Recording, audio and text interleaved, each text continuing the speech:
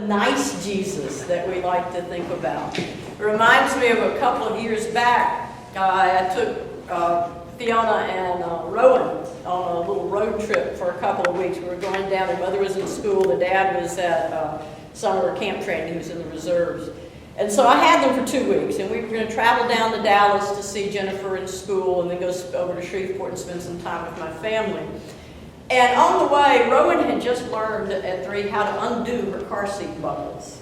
And so we were trying on that last day of our 3-day journey down there to get to her mother and pick her up at a certain time. And Rowan kept undoing her car seat. And so at first I was saying to her, Rowan, you got to put your car seat back on. Then I was having to get off and put it back on her. And about the 3rd or 4th time I got off, I lost it. I mean, I was kind of like Jesus talking to these people. He'd been talking to them all along. I was going, don't you understand? I've been telling you over and over again, can't you see this? And I went on for a while, and finally she looked at me and she said, I'd like the nice Mimi back. And I think we listened to this gospel, and our first reaction is, well, let's have the nice Jesus back. But he was telling them something they needed to hear. Something about the fact that with all the things that were going on around them, they weren't getting it. They weren't understanding.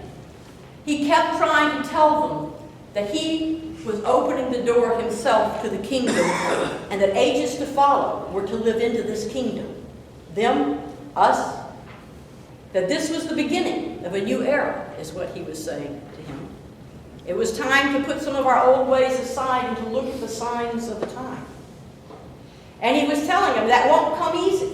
It will be it's like a great upheaval. And that's what they were experiencing, a great upheaval. And it's so great, he said, I know that in one household, some people are going to want to keep doing things the way they always did, and other people are going to see that this is the way God's acting now, and see the new things God's doing, and houses are going to be divided from houses. But he said, I'm not here to bring peace at any cost to houses. I'm not here to bring peace at any cost. That's what that word really translated means. It's not the same kind of peace as shalom that we talk about. It's peace at any cost. It says, I'm not here to do that. There's something more important than peace at any cost. And you've got to learn to read the signs. But they had trouble reading the signs because it didn't look like what they expected. They expected to have everything that they had been thinking, working, putting together as far as their community, putting together as far as their religious practice. They expected to have that validated and lifted up over everything else. And instead, Jesus was going around challenging how they went about keeping Sabbath. They were expecting to have their wise religious leaders whom they had followed and who they considered to be strong, good religious men of faith. They expected to have them validated. And instead, Jesus was going around calling them hypocrites. They expected something different than what they got. And they were misinterpreting the signs. They saw the upheaval as a bad thing. They interpreted everything he was doing as something to fight against so that they could preserve what they had already had. So that when that day came and God would validate everything they already had, they'd be ready. They didn't get that in Jesus, God was doing a new thing. And it challenged some of their old ways. That should sound a little familiar to us. It's been the story throughout the ages that when upheaval starts in our lives or in the life of an organization, say the church, that our first reaction is to be very defensive. To defend our ways and what we've known, what we've always done, whether it's in terms of what we've done as churches or whether it's what we've done in terms of individuals. We want to defend against it, put aside, either get that to change or do away with it. And I think maybe Jesus might be saying it to us this morning that maybe we shouldn't be so quick to do that. Because it's at times of most upheaval that we need to start looking for the new thing that God might be doing. And this is true in terms of the life of church as we know it. how we've gone about practicing our Christianity as churches. And it's also true in our own lives as individuals, in how we go about living our lives, the way we usually do things. And whether we're 10 or 20 or 30 or 40 or 80 or 90 or 100 years old.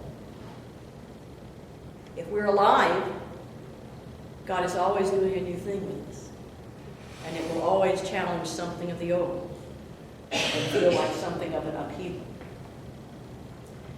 In terms of the church, a writer called Phyllis Tickle, Episcopalian from Oak Ridge, Tennessee, as a matter of fact, has written several books on this subject. In one of them, she talks about how every 500 years, the world kind of gets shaken up. And especially, at least in Western civilization, which is what she's traced more than Eastern, every 500 years that involves all aspects of it. And especially, it's pertinent to those of us who look at the church, because every 500 years, the way communities of faith have operated have changed a bit.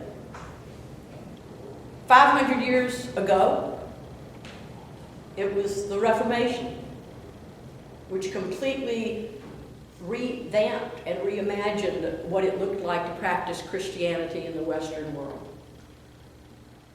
500 years before that, it was the Great Schism, where the Orthodox Church broke off from the Church in Rome. So if you were talking to an Orthodox, they would say, where the Roman Church broke off from the Orthodox Church. All in a matter of perspective, you know. Changing the landscape of what it looked like to be church. 500 years before that,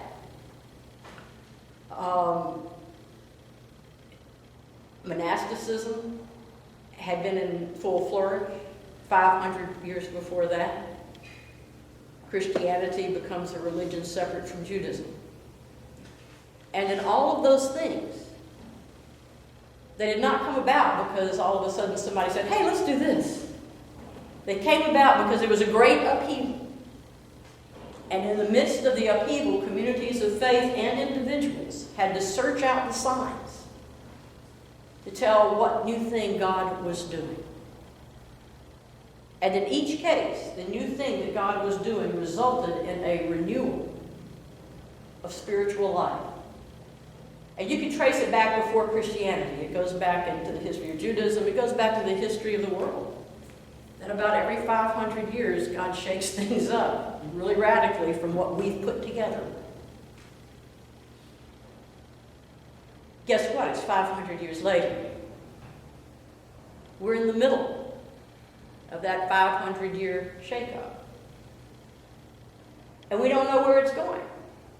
We don't know where this goes to, or what God's doing, or what church is going to look like. We've seen some signs. We've seen some things like the rise of non-denominational churches and things changing in the mainline denominational churches. We've seen some things like that, and there are other signs too.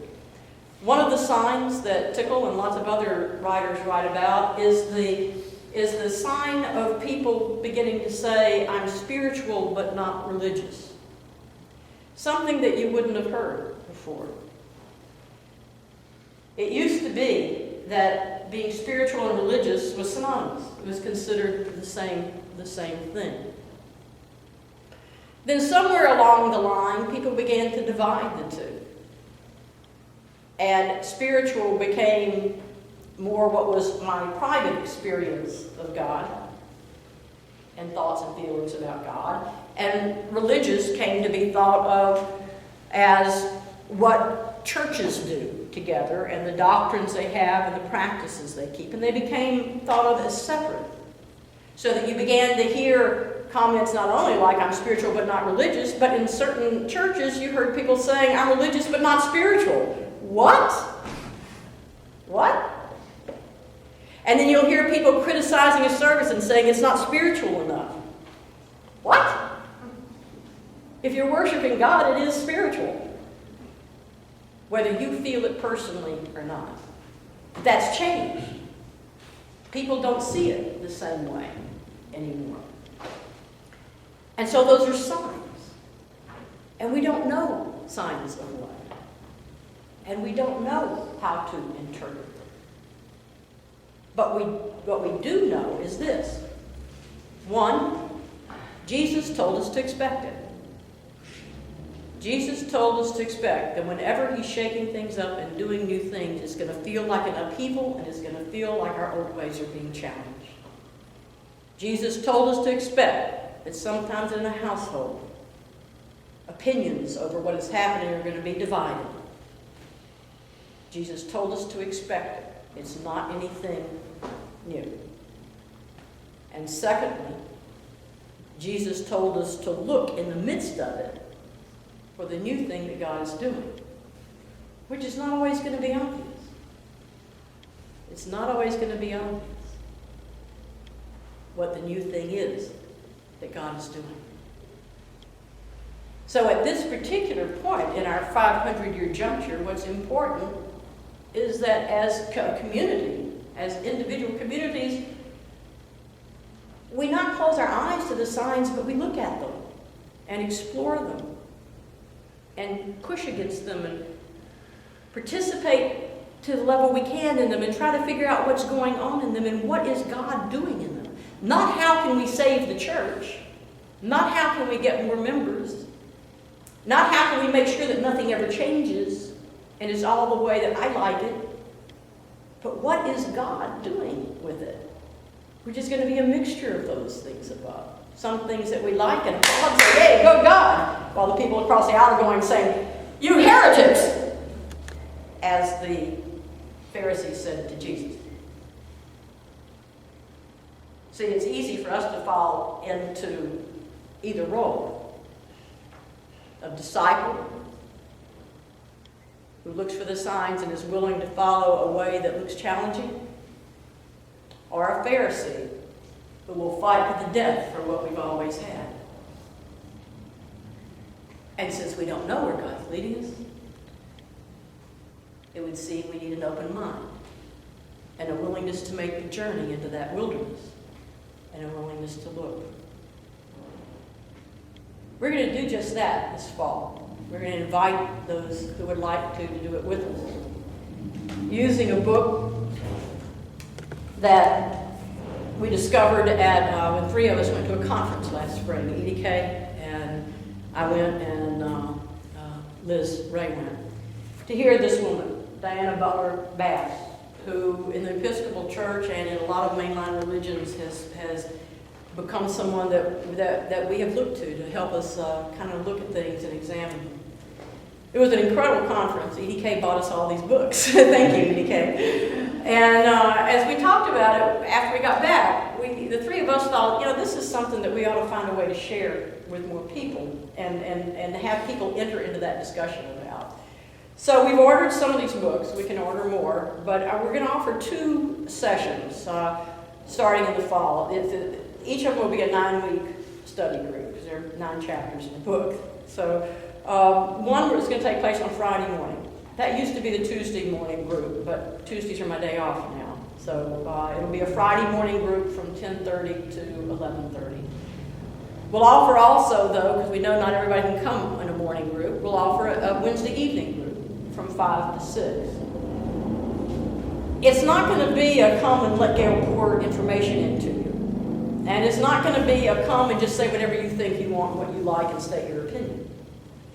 It's going to be a read the chapter, and then let's get together and talk about how we see God moving and what Diana Butler Bass has said, where we would challenge her, or where we would get on board with her, where we would challenge some of the findings, because she's not actually trying to put forth a way forward. She's just trying to show us what the signs are, and expose us to that. So it's going to be something that's an invitation to dig deeply.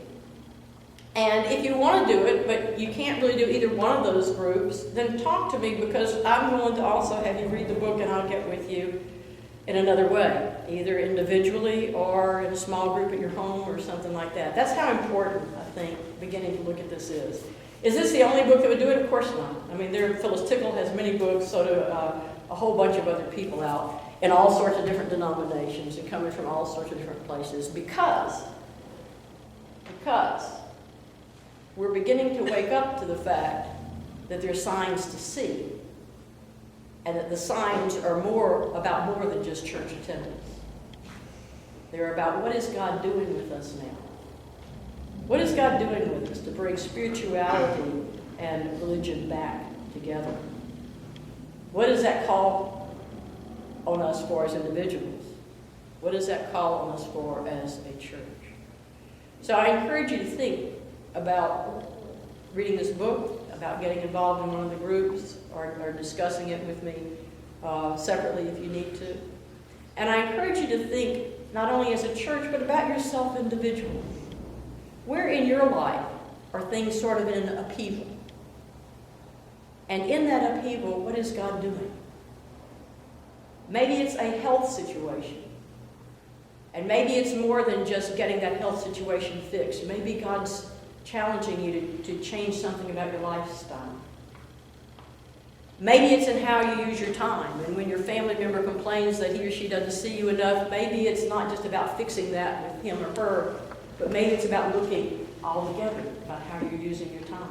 See, these are all spiritual matters, and that's what we forget when we separate spirituality and religion. We forget that all life is spiritual. Or maybe it's you've got this project that's absolutely passionate for you, and you want to get it done, and you know how to get it done, and you just can't get everybody on board with it. And the more you try, the less they follow you. And maybe it's not because it's the wrong project, but maybe God's doing a new thing with you and how you go about getting it done. You see, it's in all aspects of our life, individually and collectively. And so this morning, as Jesus sounds not so nice when he's talking to the people gathered around him, try to see if you can go past the not so nice and realize that just as my interest in Rowan was not being mean, but was getting her to stay in her car seat, so is Jesus' interest in us not to slam what we've been doing, but to help us see a new thing. May it be so.